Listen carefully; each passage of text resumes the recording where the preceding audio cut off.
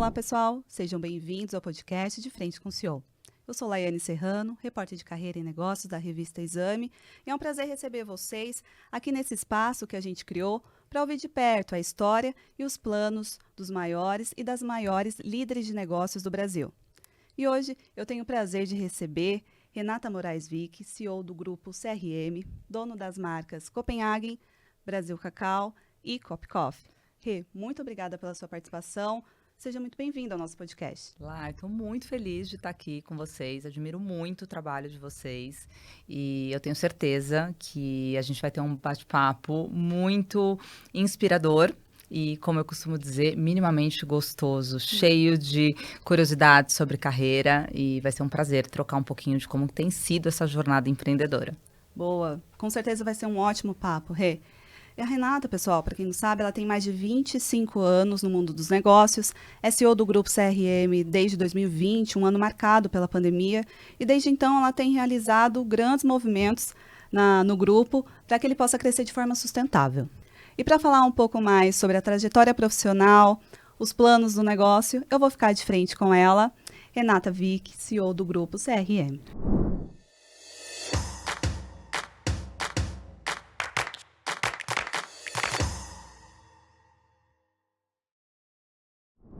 Renata, vamos começar falando um pouquinho sobre a sua trajetória profissional. Como tudo começou? Como foi que você entrou no mercado de trabalho? Eu comecei muito jovem, então eu acho que com muita intencionalidade, aos 16 anos, eu tive um exemplo muito grande na minha família. Eu venho de uma família de empreendedores. Meu avô foi um grande empreendedor, um self-made, um cara incrível. Meu pai também um grande empreendedor, mas da indústria farmacêutica, completamente diferente do mercado que eu atuo há quase 30 anos. E ele sempre foi conhecido como um voraz comprador de marcas. A carreira dele foi toda construída em cima de ver valor em grandes marcas e fazer grandes transformações. Então, eu passei toda a minha infância, minha adolescência, tendo ele como um mentor, como um grande modelo. E aos 16 anos, por iniciativa própria, eu pedi essa oportunidade para iniciar a minha trajetória. Na época, à frente apenas de Copenhagen, não existia o grupo CRM. Nós tínhamos, na época, aproximadamente 90 lojas. Então, ter exponenciado o crescimento de 90 para quase 1.500 lojas, que é o número que nós vamos entregar esse ano, ter fundado a Brasil Cacau, fundado a Cop Coffee, ter passado por grandes movimentos, como a entrada de um fundo de private equity e agora, mais recentemente, o grande deal com a Nestlé, foi realmente uma trajetória que me deixa muito, muito orgulhosa, muito lisonjeada de ter tido a oportunidade de fazer grandes transformações numa marca tão forte, com tamanho elo emocional como é a marca Copenhagen, que rumo ao seu centenário. E você tem esse desafio agora de fazer esse negócio crescer ainda mais e de forma sustentável. Como foi esse processo para chegar ao topo? Você teve mentorias? O seu pai foi um mentor? Você teve outros mentores nesse processo? Enfim, conta pra gente como aconteceu esse processo de sucessão. Eu, como eu disse, comecei muito jovem, comecei com 16 anos. Eu comecei no que eu considero hoje o grande pulmão da organização, né? Que é o que até hoje realmente me estimula e abastece essa inquietude positiva que faz essa energia rodar dentro do grupo CRM. A grande força motriz que é a área de vendas. Então, eu comecei no campo. Eu brinco que meu pai tinha esse apelido super charmoso, né, de voraz comprador de marcas, e eu ganhei o apelido de CEO sola de sapato. O que muito me deixa lisonjeada, porque eu acho que um CEO que não está na linha de frente, que não se conecta genuinamente, né, com a sua força de vendas, e no nosso caso, com os nossos franqueados, então grandes parceiros, né, nós temos hoje mais de 800 franqueados no grupo CRM, e eu posso dizer que eu conheço grande parte deles, já visitei quase todas as lojas no Brasil, porque eu venho dessa escola. E, claro, eu tive o meu pai como uma grande referência. O processo de sucessão foi um processo muito estruturado. Foram mais de 20 anos trabalhando juntos até o momento de assumir como principal executiva do grupo. Mas eu também tive a oportunidade de ter alguns outros mentores, né, que me ajudaram, como o João Pascoal, como o William Eide, um PhD da GV incrível, que ajudaram no processo de preparação da sucessão. E depois uma escola para mim, que foi foram esses 4 anos junto com a Advan International, um dos fundos de private equity mais respeitados e que eu tive o grande prazer de ter como sócios durante 4 anos, e foi um momento crucial onde nós dobramos o tamanho da companhia. Nós tínhamos esse plano de fazer esse crescimento exponencial em 5 anos, né? E devido realmente a um alinhamento cultural, a um entendimento claro das oportunidades, da estratégia que nós tínhamos que perseguir, da autonomia que me foi dada, da capacitação dos meus times e da maneira como a gente conduziu a liderança nesse momento, como você mesmo falou na abertura, muito crucial, um momento de pandemia, um momento muito difícil de decisões, né, duras que tivemos que tomar, mas de forma muito assertiva, entregamos o plano de 5 anos em 3. Então, ao longo da minha carreira, eu tive a oportunidade de me conectar com pessoas incríveis, começando, claro, pelo meu pai, me cercando de outros grandes mentores, mas muito à frente das operações. Então, eu acho que não perder a temperatura, né, do negócio e estar na linha de frente e executar muitas das estratégias, sem dúvida, foi um grande diferencial na minha carreira. Boa. Mas além desse preparo técnico, que a gente pode dizer que foi um preparo técnico, né? Essa questão da mentoria, você também se preparou emocionalmente para esse cargo? Teve algum desafio nesse sentido? Muitos desafios, muitos desafios. Eu sou mãe de um menino incrível de 18 anos que nasceu junto com a Brasil Cacau. Então, foi um momento que lidar com a maternidade, com um desafio profissional, no meu caso, que tive uma gravidez de muito risco, eu fiquei 6 meses internada, eu entrei com 16 semanas, o Bruno nasceu prematuro de 27 semanas, então eu entrei em junho, saí em dezembro, o Bruno nasceu em outubro, a gente ainda ficou 2 meses na UTI, foi nesse momento que eu estabeleci todo o planejamento estratégico de Brasil Cacau, o go-to-market de Brasil Cacau nasceu, eu brinco que são os 2 Bs da minha vida, Bruno e Brasil Cacau, né, meus 2 bebês. Então, conciliar esse momento foi bastante desafiador, mas me ensinou muito.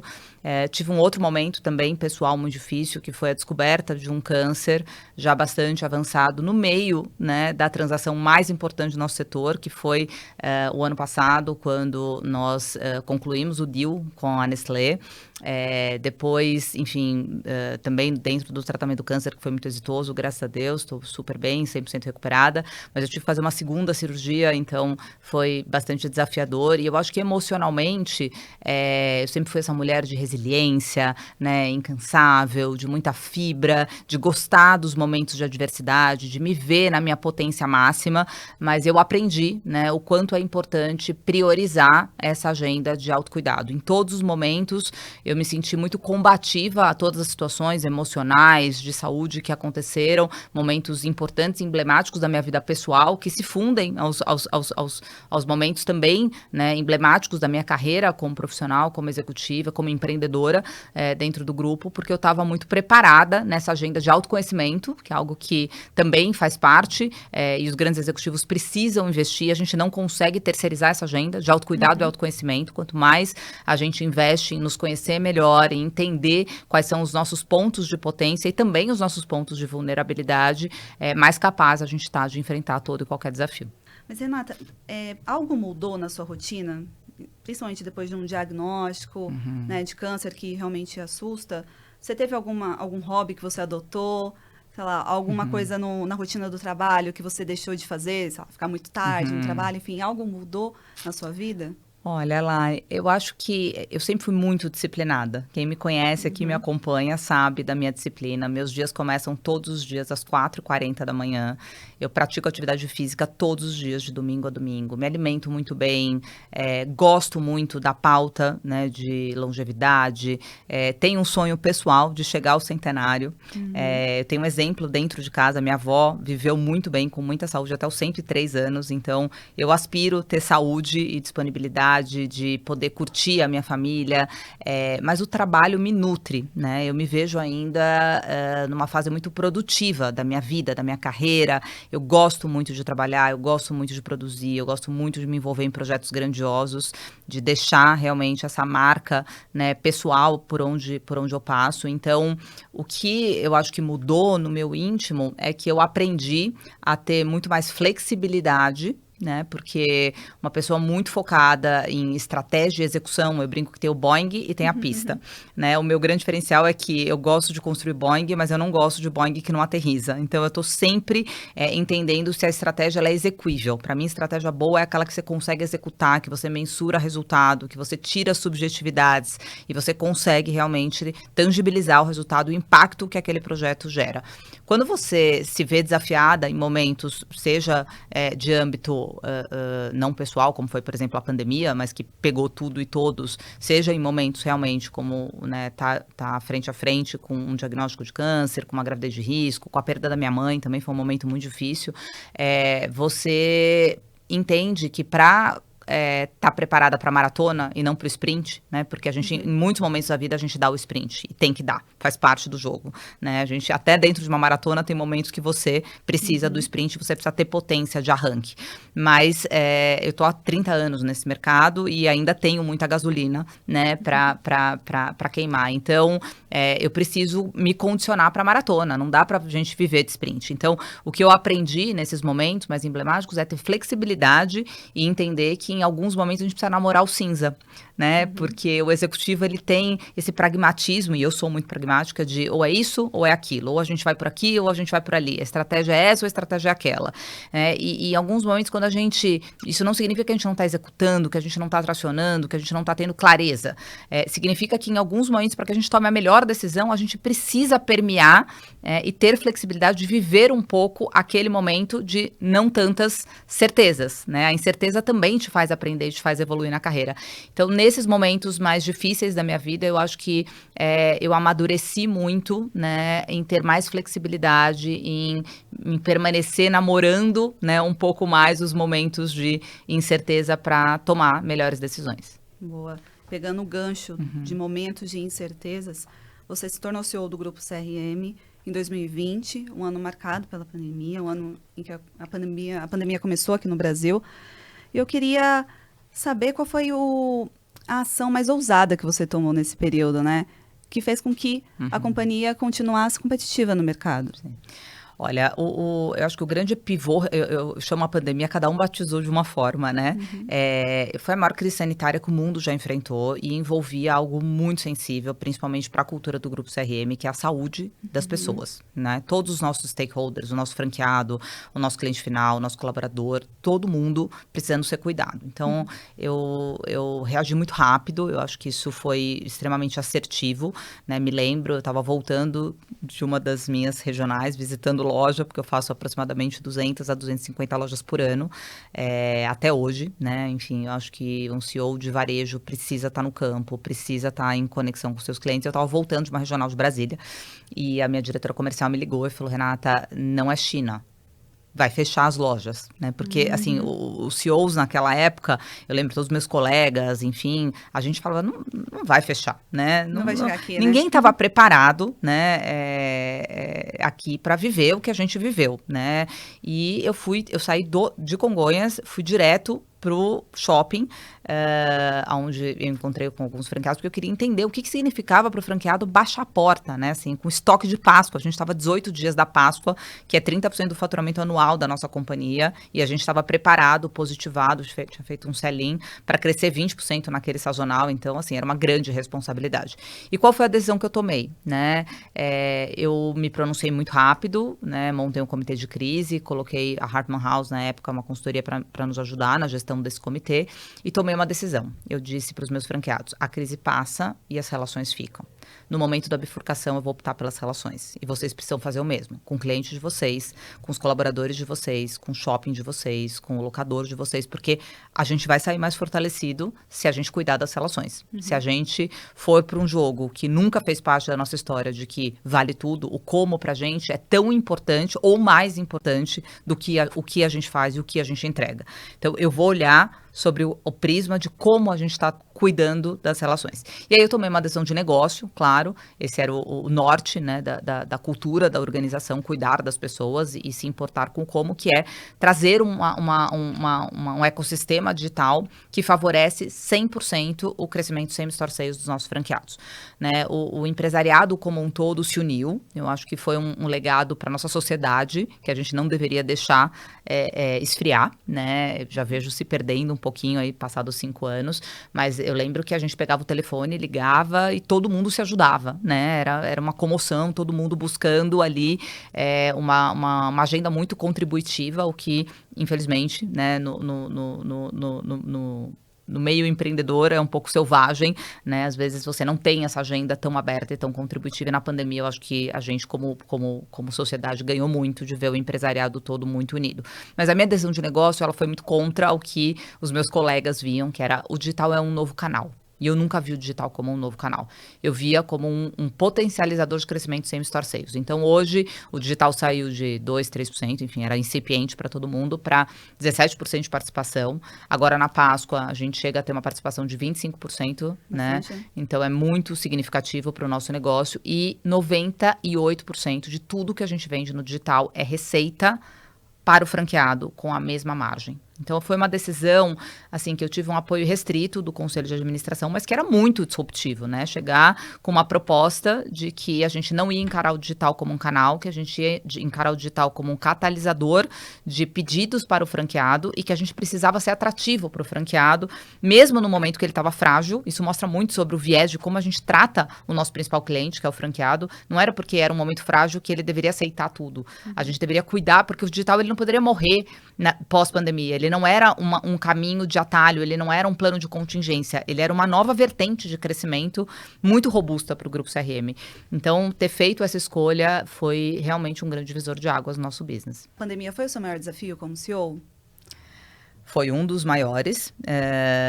Eu acho que trazer Brasil Cacau ao mercado foi também uma grande inflexão estratégica da minha carreira, né? Não gerar elasticidade na marca Copenhagen, mas ao mesmo tempo usar a potência de conhecimento, know-how, capacidade industrial, conhecimento empreendedor do Grupo CRM. Então, acho que o meu primeiro grande pivô rígido vencido e inflexão estratégica foi a Brasil Cacau, depois a pandemia, sem dúvida.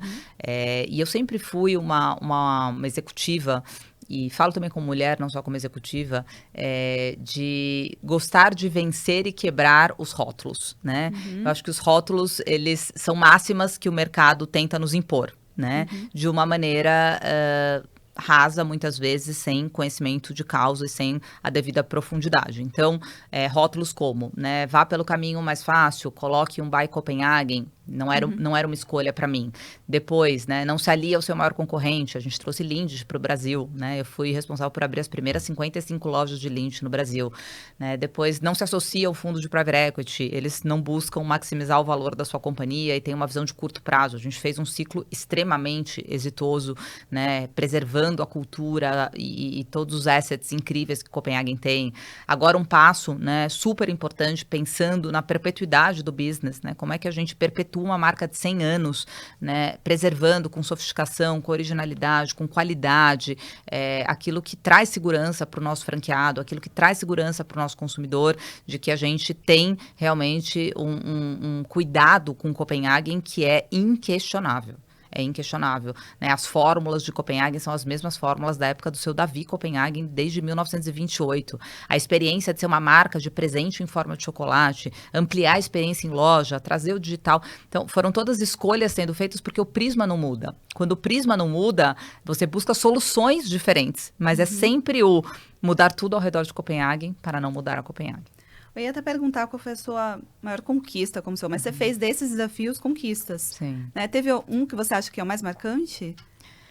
Olha, meu coração bate mais forte realmente quando a gente conseguiu ser muito fiel e muito... mais do que fiel, eu acho que a gente trouxe algo inabalável, que eu espero, né, que nos próximos 100 anos, uma nova geração olhe para trás e diga, a Copenhagen não abriu mão do seu território.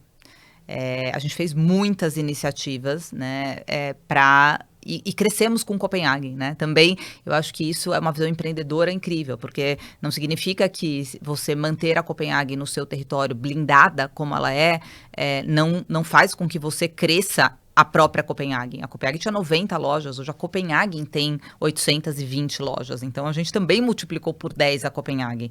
Mas mantendo, né, a essência do que é uma marca que tem elo emocional. Eu cheguei aqui, brinquei com você, falei, qual a sua história com Copenhagen? Eu tenho um repertório de pessoas, né, que me contam histórias lindas, pedidos de casamento, né, conquistas profissionais, momentos de auto-reflexão dentro de Copenhagen. Eu, quando estou em loja e conheço, né, enfim, nossos consumidores, nossos clientes, e as pessoas me contam, nossa, agora é o meu momento, eu tirei 10 minutinhos aqui, porque o café da Copenhague, eu tô sentando aqui, tem rituais de como come, né? É uma experiência. Então, o que faz o meu coração bater mais forte é saber que eu consegui, nesses 30 anos, né, à frente do grupo, liderar uma grande transformação de negócio, né, porque hoje o Grupo CRM fez uma transformação de business, a gente é uma referência no setor, preservando, né, o que faz de Copenhagen ter esse uniqueness que é quase que replicável. A nossa maior blindagem é sermos o que outros não conseguem replicar, que é a conexão emocional que a gente tem com os nossos consumidores. Além dos consumidores, você também tem uma relação, pelo jeito, com os funcionários, né, com os colaboradores. Conta um pouquinho sobre a sua filosofia de liderança. Como é a Renata como líder? Quais são os valores que você acredita que são importantes e que te ajudaram a chegar também ao topo da companhia? Olha, talvez essa seja a minha maior realização. Você me perguntando por esse prisma, né? Ter participado do desenvolvimento de tantos talentos. Eu sou uma líder que gosta genuinamente de desenvolver pessoas. Então, dar pista, dar autonomia, né, ter esse ownership na veia, dar projetos grandiosos, dar oportunidade, reconhecer talentos, e tudo isso numa pauta muito meritocrata, né? Então, eu digo que o papel do líder como farol da transformação é elucidar a estratégia, dar condições técnicas, porque senão você delarga, você não delega, né? Então, delegar é diferente de delargar. Não posso dizer, olha, tem uma oportunidade incrível, vai lá, né? A gente precisa identificar em que momento, né, da carreira a gente tem cada um dos nossos executivos, mas sempre reforçando a mensagem de que a gente espera que aquele profissional deixe a sua digital, né? O Grupo CRM não é uma empresa onde você passa sem deixar a sua contribuição e sem trazer transformação, você para o business e o business para você. Então, acho que a minha liderança, ela é uma liderança mais focada em pessoas, uma liderança que busca ter padrões inspiracionais. Eu acredito que é importante, todo mundo tem que ter modelos a serem seguidos. Eu tenho, você tem, né? As pessoas buscam uma inspiração maior, então também esse papel de mostrar que é possível, né? De mostrar que pessoas incríveis chegaram lá e que o como é muito valorizado, e dar espaço para que as lideranças possam se desenvolver, ter voz ativa, é muito legal. Você está numa empresa que você é ouvido, né? Seja um estagiário, eu estava hoje comentando com você que a gente tem um ritual muito legal que chama Café e Prosa, onde eu faço até hoje o onboarding de estagiário a diretor, né? Então, todo mundo que chega tem a oportunidade de estar 1h30, não é 15 minutinhos um café, 1h30, né, do meu mês em São Paulo, 1h30 do meu mês em Extrema, para a gente contemplar todos os nossos ecossistemas e trazer, né, essa inspiração e elucidar a cultura e mostrar o quanto, de fato, a gente é uma empresa que cria oportunidades reais de crescimento. E aproveitando essa questão de gestão, cultura da empresa, como você vê a diversidade dentro do grupo? Quais são os programas que vocês estão oferecendo dentro do grupo? Como vocês estão lidando com metas de diversidade? A gente é super outlier, e eu falo isso de boca cheia mesmo, com muito orgulho. 64% do nosso quadro de colaboradoras é composto por mulheres, sendo 57% na liderança. Não gostaria de ser outlier, gostaria de estar vendo mais empresas, né, caminhando nessa direção. E se você me perguntar, né, se existe um programa de cotas, um programa programa estruturado para que os números, né, tão positivos que eu apresento hoje com tanto orgulho tenham sido conquistados e sejam consistentes, eu te digo que não e que eu não acredito, né? Eu acho que muitas vezes, claro que é importante você dar esse pontapé inicial, tem empresas que precisam, né, estabelecer um programa para que tenha uma reversão de cenário, mas no caso do Grupo CRM é muito consistente esse ambiente meritocrata. Então, eu acho que o maior retorno que a gente tem dessa consistência é que as mulheres se sentem estimuladas não pelos números, mas pelos modelos que elas enxergam dentro da própria CRM. E aí eu vou abrir um pouco mais o espectro, né? Claro que em termos de gênero a gente é uma grande referência por criar essa oportunidades iguais para todos, mas é muito inspirador também a gente ver, por exemplo, dentro de um comitê executivo, pessoas com 15, 20 anos de casa e pessoas com 1, 2 anos de casa. Significa que no momento que a gente faz escolhas, a gente está muito preocupado em olhar menos o crachá e mais o impacto e o preparo daquele profissional para atender as expectativas da companhia, né? Então, seja por tempo de casa, seja por gênero, seja, enfim, qualquer que seja o aspecto, né, da pauta de diversidade, o Grupo CRM é um grupo que não olha o crachá. Olha a aderência cultural e entende realmente o quanto aquele profissional está alinhado aos valores da companhia e ao que a gente precisa em termos de geração de impacto, né, para determinados objetivos que existem. Boa. Vamos falar um pouquinho agora sobre negócios? Vamos. Porque você liderou um dos grandes movimentos do grupo em 2023, quando vocês venderam a marca Copenhagen para a Nestlé, né? Quando foi que você viu que isso seria uma boa oportunidade para o grupo? Olha, eu acho que o mais legal foi não ter a virada de chave. Né?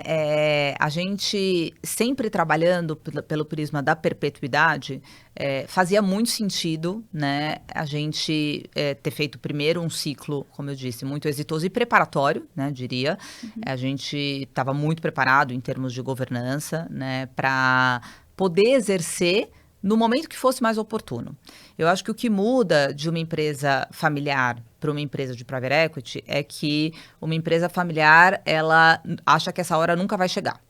Né? Então, muitos cavalos selados passam e o empreendedor está sempre meu pai falava a vida inteira, falava assim, eu sou comprador, eu não sou vendedor, né? Então, quando as oportunidades apareciam, ele dizia, o que você tem para me oferecer? Eu quero comprar, eu não quero vender. Independente de ser a melhor janela de oportunidade, ser melhor para a empresa, ser melhor para o negócio, para os stakeholders em geral.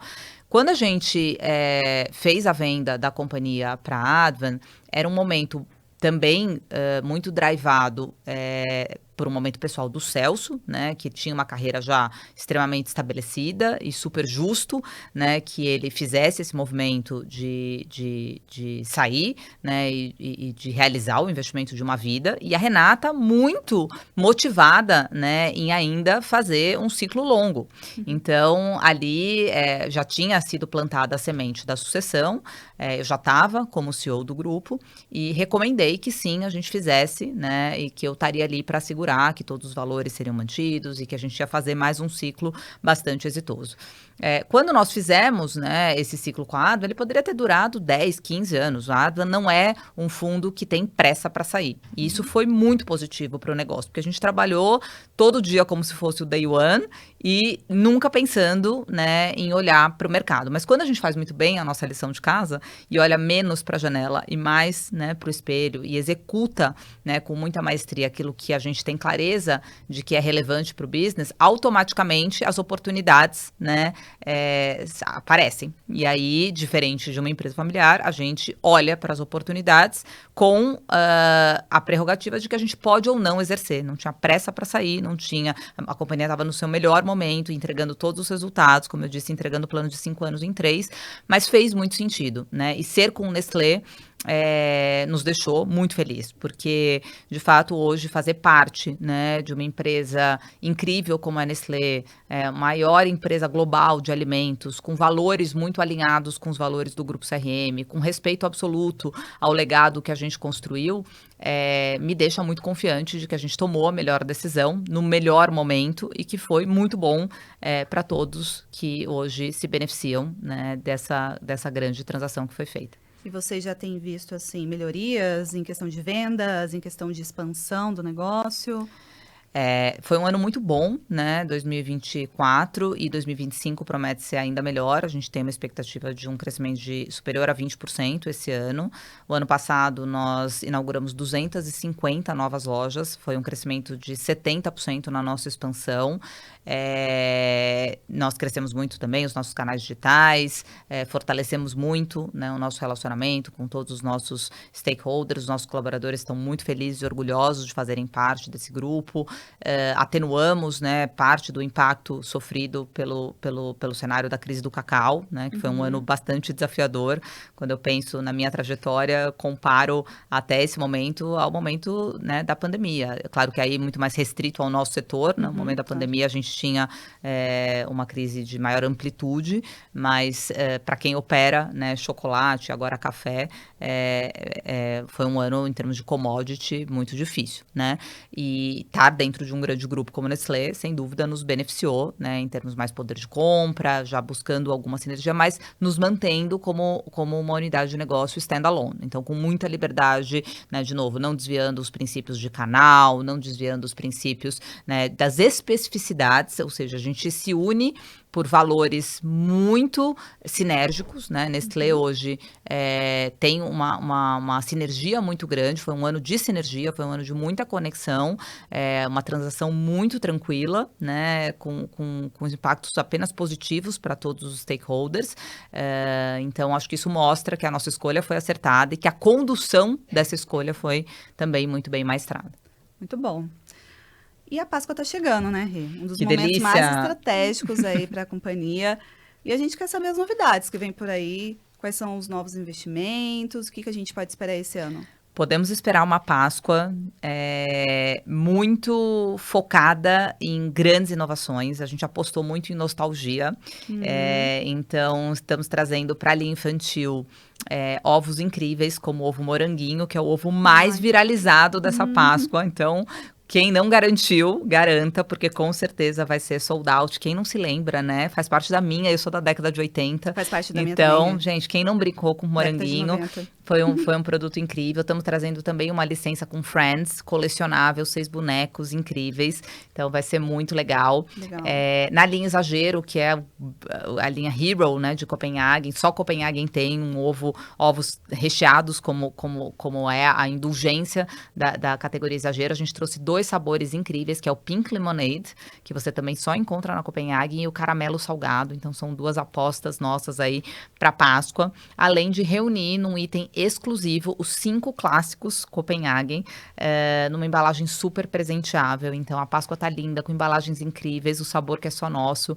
Eu tô super otimista, a gente tá com uma expectativa de crescimento de 30% nessa Páscoa. Serão só em Copenhagen, mais de 2,5 milhões de ovos de Páscoa vendidos esse ano. Boa. E além da Páscoa, quais são os planos da companhia para esse ano? Vocês pensam em ir para fora? Vocês pensam em abrir quantas lojas esse ano? Esse ano, mais também 220 novas operações, sendo 175 lojas Copenhagen. Então, o ano passado, das 250, 145 aproximadamente foram Copenhagen. Então, a gente cresce o desafio de Copenhagen esse ano para cerca de quase 200 lojas, né? 175 a 200 lojas, o que vai nos levar a mais um ano de duplo dígito alto de crescimento, em torno de 20 a 25% de crescimento anual. Estamos muito otimistas, vendo realmente um cenário onde marcas sólidas estão sendo priorizadas na escolha do lead, no caso de franqueados, e na escolha do consumidor final, né? Por isso que eu digo que consistência é uma palavra-chave, né? Momentos mais difíceis, a gente vê, de fato, quem se sobressai. E as marcas que investem em iniciativas de médio e longo prazo são as marcas que se sobressaem em momentos de adversidade, né? Nos momentos de vento a favor, existem mais oportunidades para todos. Em momentos de maior adversidade, apenas as empresas que, de fato, têm credibilidade com o seu cliente, seja ele, no caso, um cliente B2B, que é o nosso franqueado, ou diretamente com mais de 15 milhões de consumidores, a gente encontra espaço para crescer, sempre reinventando portfólio, trazendo uma comunicação cada vez mais atualizada, layouts novos de loja, é uma grande aposta para esse ano. A gente já está com 50%, finalizaremos agora o ano com 50% do parque, já nessa geração 5.0, que é o que a gente chama as lojas vermelhas, com uma experiência de marca incrível, porque a gente precisa se preocupar com esse plano 360 do que é experiência, seja no digital, seja no físico, né? Então, branding pra gente é um ponto que a gente sempre sai na frente. Copenhagen é referência, né, em termos de branding. Então, é um ano de grande aprofundamento na jornada do consumidor, seja na revitalização dos nossos pontos de venda, na experiência ampliada de embalagem, na experiência de compra do físico e do digital, e também chegando em novas cidades, em novos locais. Isso que eu ia até perguntar. Quais cidades, quais regiões vocês vão apostar mais nesse ano? Região Nordeste, Sul, enfim? Não, ainda tem oportunidade, a gente ainda vê com estudos de inteligência de mercado e consultorias que nos apoiam, a oportunidade de aproximadamente mais 600 a 700 novas Copenhagens, então ainda dá para dobrar.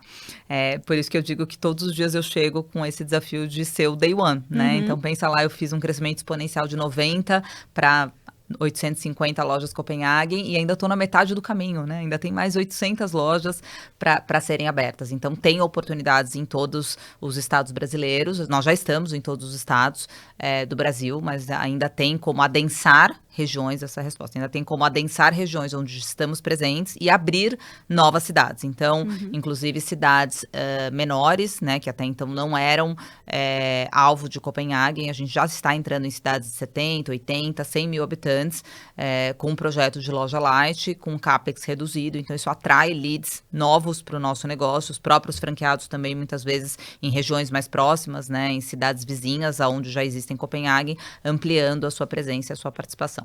Legal. Rê, vamos voltar agora um pouquinho à pauta de carreira. Quais são as habilidades que você acredita que são essenciais para um profissional crescer dentro do grupo CRM? 3 delas, eu acho, assim, indispensáveis. Primeiro, ampliação de visão sistêmica.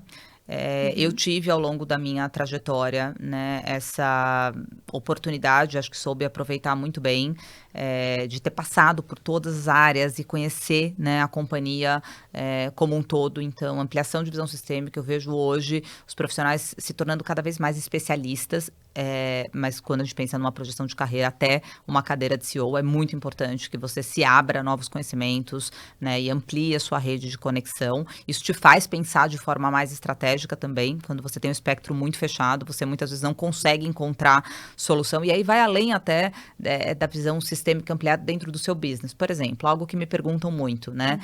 Que tipo de informação você consome no seu dia a dia? Além, claro, de estar sempre atualizada sobre o cenário macroeconômico e notícias, né, de interesse geral, eu gosto muito de estudar mercados correlatos, né? Ou seja, eu encontro muita inspiração quando eu vou para beauty, quando eu vou para fashion, quando eu vou para tech, né? Porque se eu sou uma marca de presente em forma de chocolate, eu não posso olhar só para o meu. Muitas vezes eu aprendo muito pouco olhando o meu mercado. Eu aprendo muito mais olhando mercados indiretos. Então, é o mindset de ampliação de visão, né? E aí dentro da companhia ou até mesmo nas suas fontes de informação. Transparência e comunicação, eu acho que é um traço muito forte da minha liderança. Eu falo que é jogo falado. Tem um momento estruturado de feedback, de ciclo, mas a minha equipe tem uma leitura de cenário extremamente aberta, né? Não funcionou na hora, o que a gente precisa mudar, muita flexibilidade, como eu falei, fui ganhando essa maturidade de entender que a gente tem que ter flexibilidade de mudar quando a gente precisa mudar, não persistir, né, em algo que não está dando certo. Uma liderança mais empática, eu acho que as pessoas hoje precisam ter também, né, uma liderança inspiradora e fazer pela companhia, mas fazer também pela sua equipe direta, pelo seu líder, né? Então, você inspirar as pessoas, isso vem também da transparência e do quanto você se dedica ao desenvolvimento das pessoas, né? Porque o líder, ele é responsável por desenvolver as pessoas. Então, isso não dá também para você terceirizar, para você delegar. Você precisa fazer o desenvolvimento de pessoas, você precisa ter interesse e ver valor no desenvolvimento, né, dessa pauta como algo prioritário. Eu diria que hoje, do meu tempo, sem medo de errar aqui, mais de 60%, 70% é dedicado à pauta de pessoas e cultura da organização. Boa. E pensando assim, a longo prazo, qual legado você quer deixar como CEO, como mulher, como mãe? Eu quero deixar um legado de que fazer um caminho, percorrer um caminho de menor previsibilidade, ou seja, flertar com aquilo que não é óbvio, é o que te impulsiona. Eu tive a oportunidade, né, de liderar uma marca centenária e conseguir deixar esse legado de ser uma marca que tem tradição sem ser tradicional. O precursor, ele precisa abrir o caminho para o novo, porque a gente tem o que é mais difícil na relação com o consumidor, que é a confiança. Então, se a inovação, se o caminho menos óbvio, se a disrupção tem que acontecer, não pode ser trazido por quem está chegando. Eu considero a Copenhague uma senhora startup de 97 anos. A gente traciona 15% do nosso faturamento anual todos os anos vindo de inovação. Então, transformação de portfólio, transformação de hábitos de consumo, né, entendimento de cenário, leitura rápida e tangibilização em ações práticas. Então, esse é o legado que eu quero deixar, né? Ver essa marca, provavelmente para os meus netos, meus bisnetos, falando, puxa, a Copenhagen continua na liderança como a marca precursora. E aí não é o tamanho, não são só os zeros à direita, né? E sim o impacto que ela gera.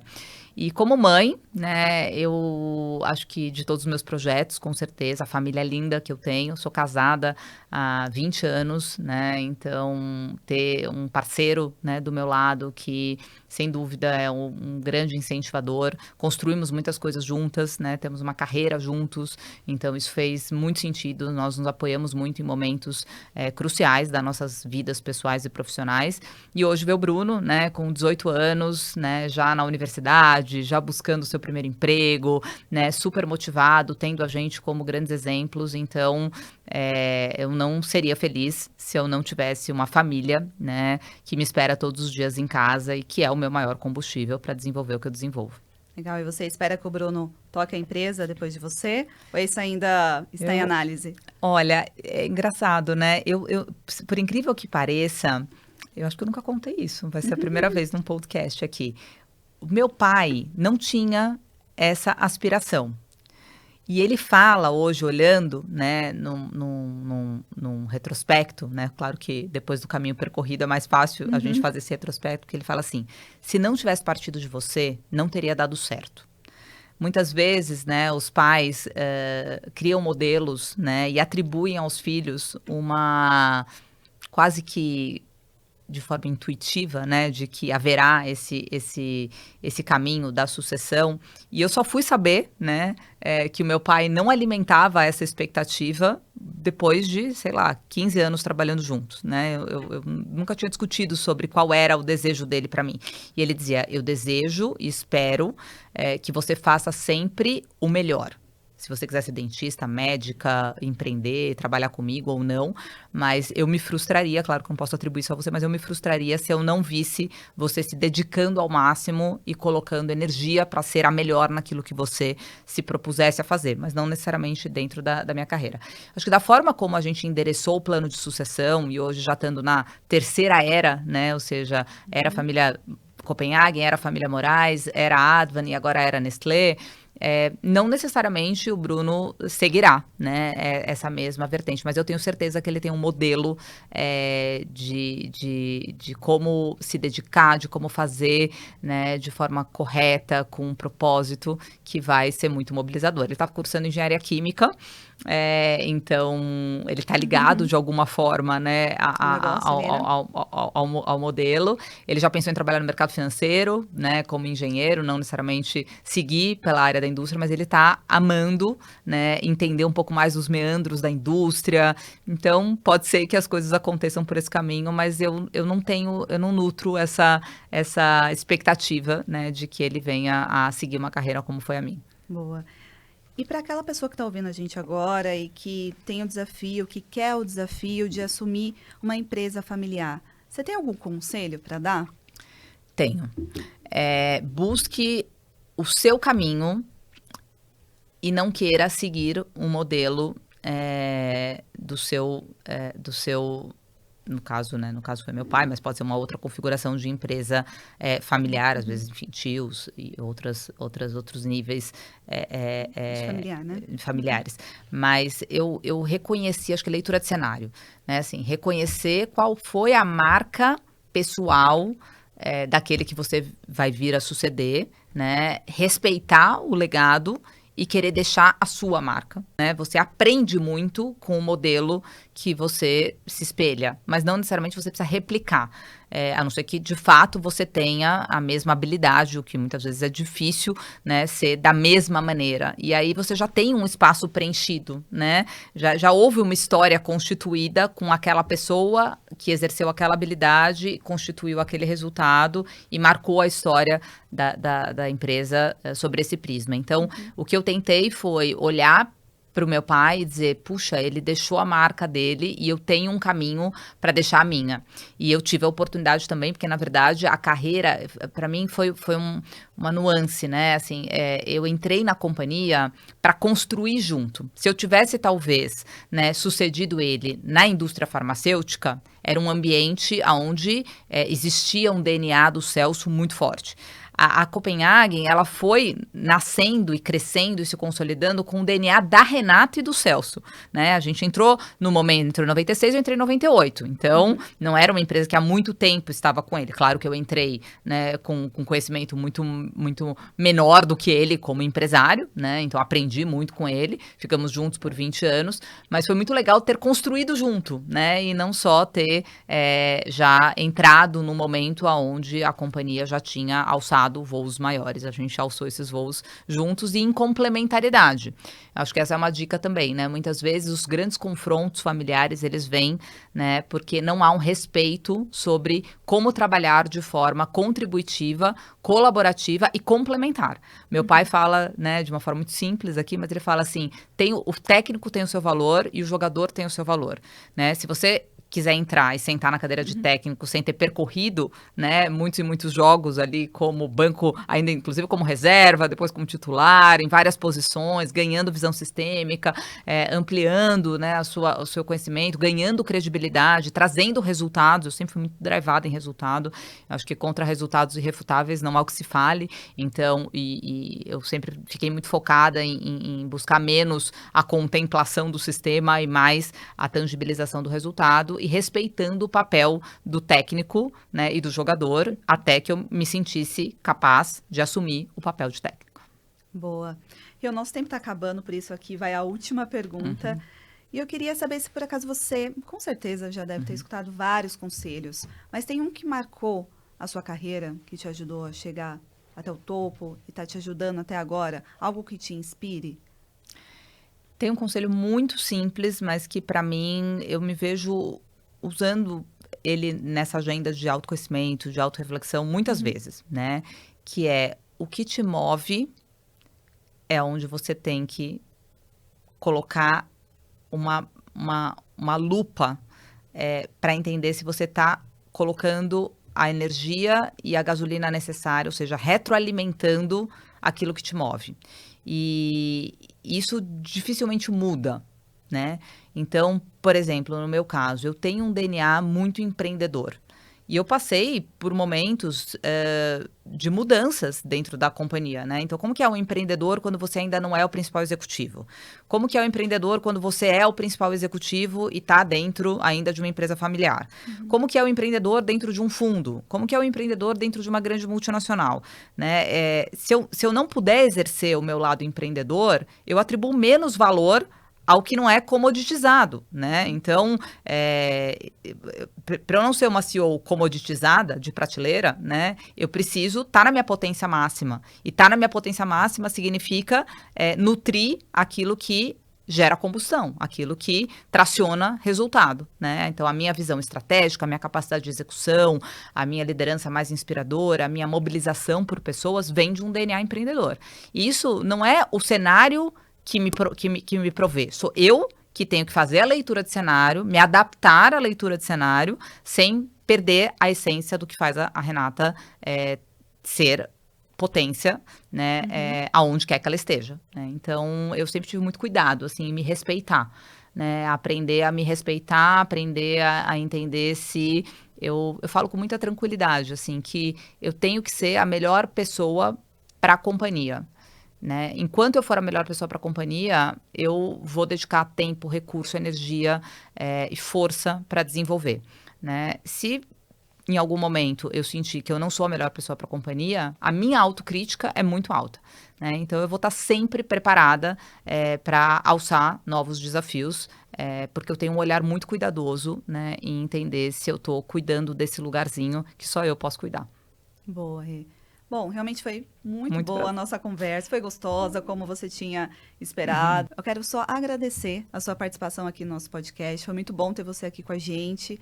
E desejo muito sucesso para você, Renato, como CEO, como mãe, como mulher e também a todo o Grupo CRM. Obrigada, Lá. Esse projeto é incrível, né? Poucas oportunidades da gente bater um papo tão franco, né? Realmente frente a frente. Espero ter trazido aqui um pouco dessa perspectiva de como foram esses 27, quase 30 anos e que seja possível, né, impactar e trazer inspiração para quem está nos ouvindo. E vida longa ao grupo. Vida longa.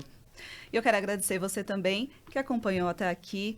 Muito obrigada pela sua audiência. Se gostou, curta, compartilhe e espero você no próximo episódio do De Frente com o CEO.